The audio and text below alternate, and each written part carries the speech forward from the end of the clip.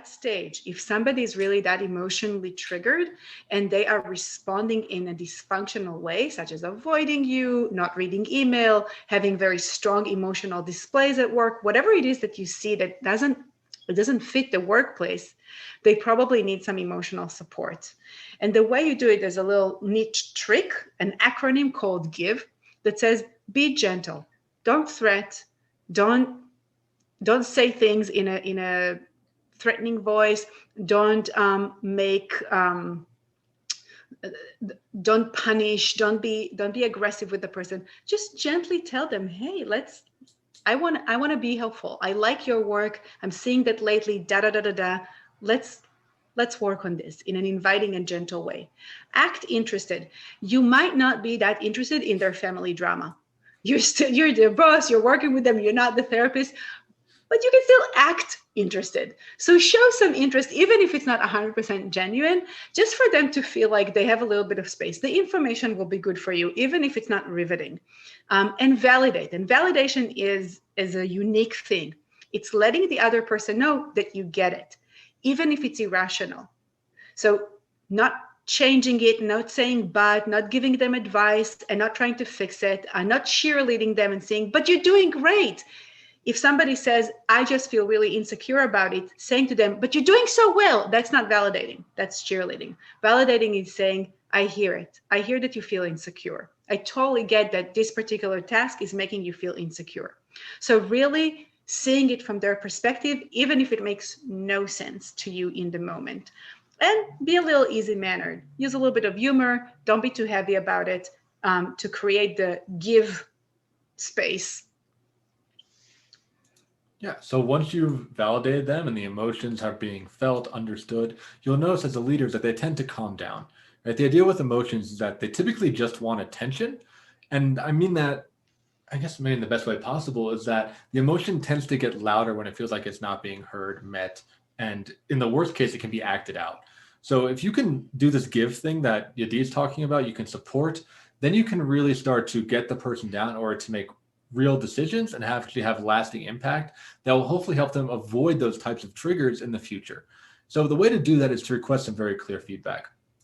Again, we've talked about this a million times, but the main thing is focusing on objective statements and outcome measures, which is just another reminder not to be judgmental, right? And try to make things as concrete as possible and allow people to succeed, right? Let them know what works and what doesn't.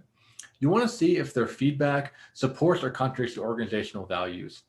Many companies, especially in the modern era, are really about trying to create a culture, right? Trying to create, a set of values, trying to create, a workplace that the employees can believe in and relate to. One of the major benefits of this is that it can come in during these conflict sessions and help to resolve issues. To say, hey, we believe in transparency, so thank you so much for telling me about what's going on for you. I really want to know about your insecurities, and I want to know what the impact that has on you. Hey, in this company, we really appreciate commitment.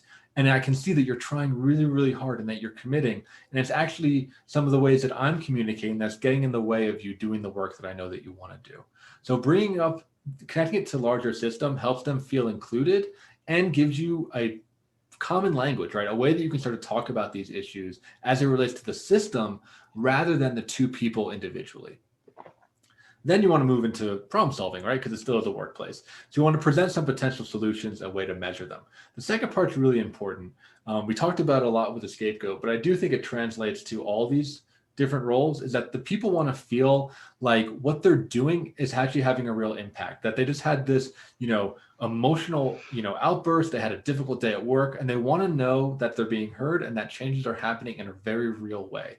So figure out ways to measure things getting done, employee satisfaction, things like this, and let them know that it's helping, right? And the last thing is that, right? Scheduling some follow-up meetings to say, hey, how was that conversation? How'd that go?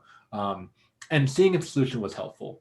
Now, this is important to do in the longer term. In the short term, you probably just want to say, hey, thanks for talking to me, and give them a very simple task to do, right? Let them switch their mind back into workplace mode. And give them like a very clear direction, very clear management, let them feel validated, and then be like, okay, now let's go work on this thing together. But a week, 2 weeks, then you want to have that follow-up meeting and just make sure that you didn't forget what happened, right? Make sure that you're still giving them attention, that it's still on your radar, and that you're still valuing the fact that they did disclose to you, right? That you did talk about their family, you talked about their upbringing. That's very vulnerable for people, especially in the workplace. It's not something that's very common, but when it is used effectively, it can be quite powerful.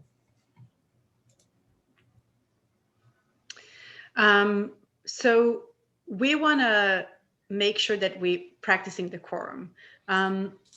We want to have some kind of containment, we want to be the container for things. We want to be professional.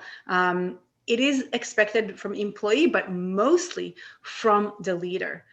We want to show them that we're doing all this so that the workplace will be a workplace, not a family drama and not a therapy room. So the leader is responsible to work with the unconscious dynamics of themselves and to see that there is maladaptive behaviors. The group, the team needs to know that you're going to handle it. Respect people from different backgrounds and cultures, as we said. Do not pathologize things that are not pathological, and show that and model that. The objective measures that Marc talked about, people need to know that they're doing well, and they need to know it according to something that's concrete and predetermined, and seek support outside of the organization when your own family patterns are coming up, especially if they're repeated and very intense.